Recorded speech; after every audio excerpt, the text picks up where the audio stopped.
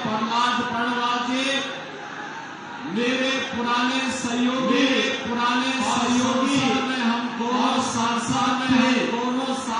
थे, लोकप्रिय प्रत्याशियों रविंद्र कुमार पांडे जी, गोमियो विधानसभा क्षेत्र से भारतीय जनता पार्टी के लोकप्रिय प्रत्याशी श्री लंबोदर महतो जी, जिलाध्यक्ष जदयू श्री प्रदीप कुमार महतो जी, जिलाध्यक्ष एलजेपी श्री सूरत पासवान जी,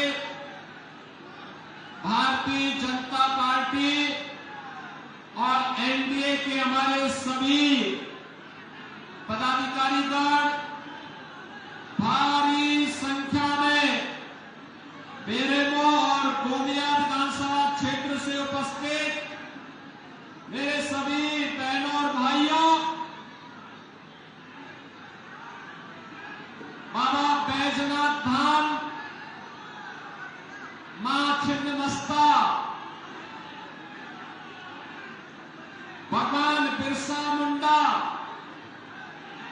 महान क्रांतिकारी वीर शहीद नीलांबर पीतांबर की इस पावन धरा को कोटि कोटि नमन करते हुए आप सभी का मैं हृदय से अभिनंदन करता हूं, सादर अभिवादन करता हूं।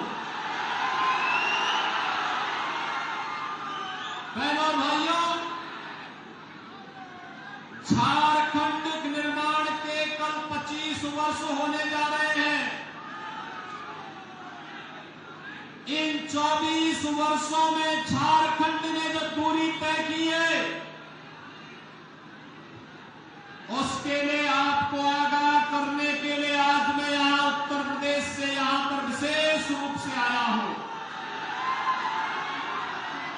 मुझे याद है जब झारखंड राज्य का निर्माण हो रहा था, श्री रविंद्र कुमार पांडे जी उस समय हमारे साथ, हम दोनों सांसद थे। स्वर्गीय अटल बिहारी वाजपेयी जी प्रधानमंत्री थे। आरजेडी और कांग्रेस विरोध कर रही थी, लेकिन झारखंड के विकास के लिए, विकसित झारखंड बनाने के लिए प्रधानमंत्री अटल बिहारी वाजपेयी जी ने सन 2000 को 15 नवंबर को झारखंड राज्य निर्माण की घोषणा की थी। और कल धरती यादा भगवान बिरसा मुंडा की जयंती भी है, जिन्हें सम्मान देने के लिए प्रधानमंत्री मोदी जी ने पूरे देश के अंदर 15 नवंबर की तिथि जनजातीय दिवस के रूप में घोषित करते हुए जनजातीय समुदाय को भी गौरवान्वित किया है। और साथ साथ कल झारखंड राज्य की स्थापना का दिवस भी है। मैं इसके लिए आप सबको हृदय से बधाई देता हूं, आपका अभिनंदन करता हूं। बहनों और भाइयों, अब फर्क साफ है। एक तरफ प्रधानमंत्री मोदी जी के नेतृत्व में पिछले 10 वर्ष के अंदर आपने बदलते हुए भारत को देखा है। हर एक क्षेत्र में देश विकास कर रहा है, सीमाएं सुरक्षित हुई हैं, इंफ्रास्ट्रक्चर के वर्ल्ड क्लास कार्य हो रहे हैं, विरासत का सम्मान हो रहा है, गरीब कल्याणकारी योजनाएं बिना भेदभाव के हर गांव, हर गरीब, हर किसान, हर नौजवान, हर महिला तक पहुंच रही है। और बहनों और भाइयों, दूसरी ओर झारखंड विपन्न हुआ है पिछले 5 वर्ष में। झारखंड की स्थिति क्या है, मैं इसकी चर्चा करूंगा। पहले नया भारत, याद करिए कांग्रेस आरजेडी झारखंड मुक्ति मोर्चा की केंद्र में सरकार थी, और उस समय जब पाकिस्तान के द्वारा प्रेरित आतंकवाद घुसपैठ करता था, देश के अंदर आतंकी विस्फोट होते थे, मैं और रविंद्र पांडे जी जैसे लोग संसद में आवाज उठाते थे, तो कांग्रेस की सरकार कहती थी कि पाकिस्तान के खिलाफ मत बोलो, संबंध खराब हो जाएंगे। यानी देश की सीमाओं की सुरक्षा की खातिर ये लोग संबंध दांव पे लगाकर संबंधों को बनाने के लिए देश की सुरक्षा को दांव पे लगाते थे। और आज का भारत है, अब पाकिस्तान का कोई आतंकवादी भारत की सीमा का अतिक्रमण करता है तो उसको जहन्नुम की यात्रा में भेज दिया जाता है और दोबारा पाकिस्तान वापस नहीं जा पाएगा। ये नया भारत है, छेड़ता नहीं है, लेकिन कोई भारत को छेड़ेगा तो भारत उसको छोड़ेगा भी नहीं, क्योंकि दुनिया का सबसे सशक्त नेतृत्व आपके पास है। आतंकवाद की जड़ कश्मीर की धारा 370 समाप्त कर दी। अभी मुझे यहां पर डॉक्टर प्रहलाद पनवाल जी कह रहे थे कि जनसंघ के समय से मैं भारतीय जनता पार्टी का कार्यकर्ता हूं। बहनों और भाइयों, जनसंघ के समय में भी भारतीय जनता पार्टी की स्थापना के समय भी एक नारा गूंजता था, एक देश में दो प्रधान, दो विधान, दो निशान, नहीं चलेंगे, नहीं चलेंगे। और यह नारा लगता था।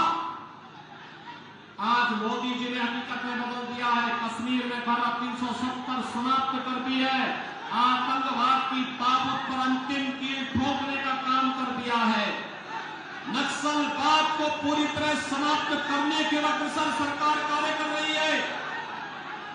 बहनों और भाइयों, आतंकवाद हो या नक्सलवाद, उग्रवाद हो या आतंकवाद, इन सब की समस्या का समाधान भारतीय जनता पार्टी करते हुए 140 करोड़ भारतवासियों को सुरक्षा प्रदान कर रही है। बहनों और भाइयों, आज IIT, IIM, AIIMS, highway, railway, airport का निर्माण भारतीय जनता पार्टी नेतृत्व की केंद्र की एनडीए सरकार कर रही है। कल ही आपने देखा होगा, बिहार के दरभंगा में प्रधानमंत्री जी ने एम्स का शिलान्यास किया, हर घर नल की योजना भी बन गई है। ये काम कांग्रेस, आरजेडी और झारखंड मुक्ति मोर्चा की यूपीए सरकार भी कर सकती थी, लेकिन बहनों और भाइयों उन्होंने नहीं किया। आज देख रहे होंगे, देश के अंदर 4 करोड़ गरीबों के मकान मोदी जी ने मात्र 10 वर्ष में बनाए। 10 करोड़ गरीबों के घर में शौचालय बनाए, 10 करोड़ गरीबों को उज्ज्वला योजना का फ्री में कनेक्शन दिया, 12 करोड़ किसान को प्रधानमंत्री किसान सम्मान निधि का लाभ दिया जा रहा है, 50 करोड़ गरीबों को हर वर्ष 5 लाख रुपए की फ्री में उपचार की सुविधा प्रधानमंत्री मोदी जी उपलब्ध करवा रहे हैं और 80 करोड़ लोगों को फ्री में राशन की सुविधा का लाभ भी मोदी जी दे रहे हैं। कांग्रेस के समय, आरजेडी के समय और पिछले 5 वर्ष में झारखंड के अंदर आपने देखा होगा, जो गरीबों के लिए मोदी जी भेजते हैं सब टकार जाते हैं। ये कांग्रेस, आरजेडी, झारखंड मुक्ति मोर्चा डकार जाती है। कांग्रेस के एक सांसद के घर में 350 करोड़ रुपए मिले, नोट का पहाड़ मिला। झारखंड मुक्ति मोर्चा की सरकार के एक मंत्री के घर में 35 करोड़ रुपए मिले। ये पैसा क्या कांग्रेस, आरजेडी या फिर झारखंड मुक्ति मोर्चा का है क्या? नहीं, ये पैसा झारखंड का पैसा है, आप सबका पैसा है। वे चंद लोग लूट करके अपने घर को भरने का काम कर रहे हैं। इनकी डकैती को रोकने के लिए और डबल इंजन सरकार का क्या लाभ होता है उसका एहसास कराने के लिए मैं आया हूं आपके पास। उत्तर प्रदेश में भी यही जंगल रास्ता जो आज झारखंड के अंदर है, 2017 के पहले वहां भी लव जिहाद की घटनाएं घटित होती थी, वहां भी कर्फ्यू और दंगा होता था, वहां पर भी लैंड जिहाद होता था। आज उत्तर प्रदेश में न लव जिहाद है, न लैंड जिहाद है, न कर्फ्यू है, न दंगा है, यूपी में सब चंगा है। यूपी में सब चंगा है। बहनों भाइयों, विरासत का सम्मान कैसे होता है? देखो, जो काम 500 वर्षों के लिए जिस कार्य के लिए हिंदू समाज लड़ता रहा था, एक ही बात कहता था कि रामलला हम आएंगे, मंदिर वहीं, यही बोलते थे ना। और देखो, कांग्रेस 65 वर्ष में नहीं कर पाई। आरजेडी तो राम मंदिर का विरोधी थी, झारखंड मुक्ति मोर्चा भी मंदिर की विरोधी थी, और उत्तर प्रदेश में डबल इंजन की सरकार आई। मोदी जी के नेतृत्व में मात्र 2 वर्ष में अयोध्या की समस्या का समाधान हो गया, रामलला फिर से विराजमान हो गए।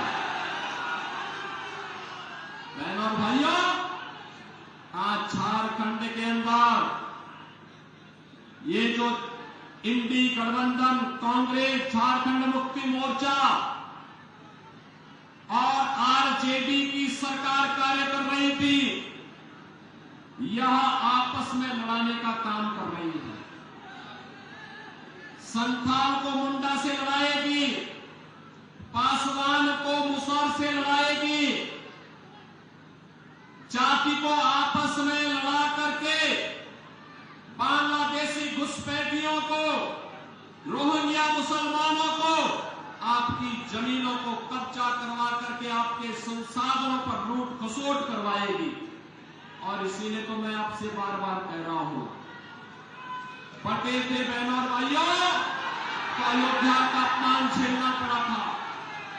बटे थे तो पाकिस्तान और बांग्लादेश बन गया। बटे थे तो काशी में अपमान झेलना पड़ा था। बटे थे तो बहन बेटियों की इज्जत के साथ खिलवाड़ हुआ था। इसलिए बटे थे तो कटे थे, कटेंगे तो कटेंगे। एक रहना है, एक रहेंगे तो सेफ रहेंगे, नेक रहेंगे। एक रहेंगे तो, और यह काम केवल भाजपा कर सकती है।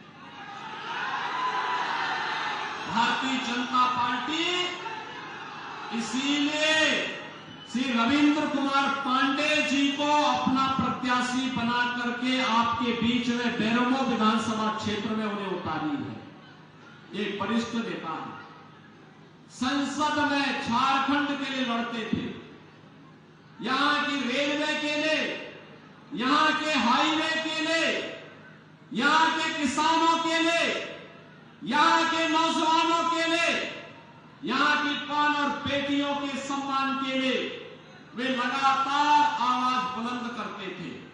और आज भारतीय जनता पार्टी ने उन्हें प्रत्याशी बना करके फिर से बैरमो विधानसभा क्षेत्र के भाग्य के बदलने के लिए उन्हें चुनाव में फिर से उतार करके इस क्षेत्र के विकास को तेजी के साथ आगे बढ़ाने का निर्णय लिया है।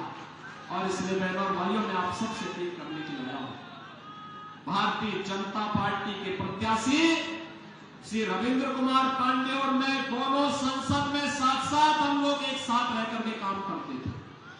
मैं देखता था किस मजबूती के साथ लड़ते थे वहां पर। और इसीलिए मैं उत्तर प्रदेश से आया हूं आपसे विनती करने के लिए, आपसे यही विनती करने के लिए आया हूं। रविंद्र कुमार पांडे जी को भाजपा ने, यहां पर जेडीयू ने, एलपीजी ने अपना प्रत्याशी बना करके उतारा है। आपका आशीर्वाद प्राप्त होगा। दोनों हाथ मिला करके बोलिए, बैरमो से रविंद्र कुमार पांडे जी को और गोमियों से श्री लंबोदर महतो जी को भारतीय जनता पार्टी ने प्रत्याशी बनाया। आपका आशीर्वाद प्राप्त होगा। दोनों हाथ ला करके बोलो, दोनों हाथ, जहां तक मेरी आवाज जा रही है, दोनों हाथ ला करके बोलिए। सभी सहमत हैं? विजयी बना के भेजेंगे 20 नवंबर को।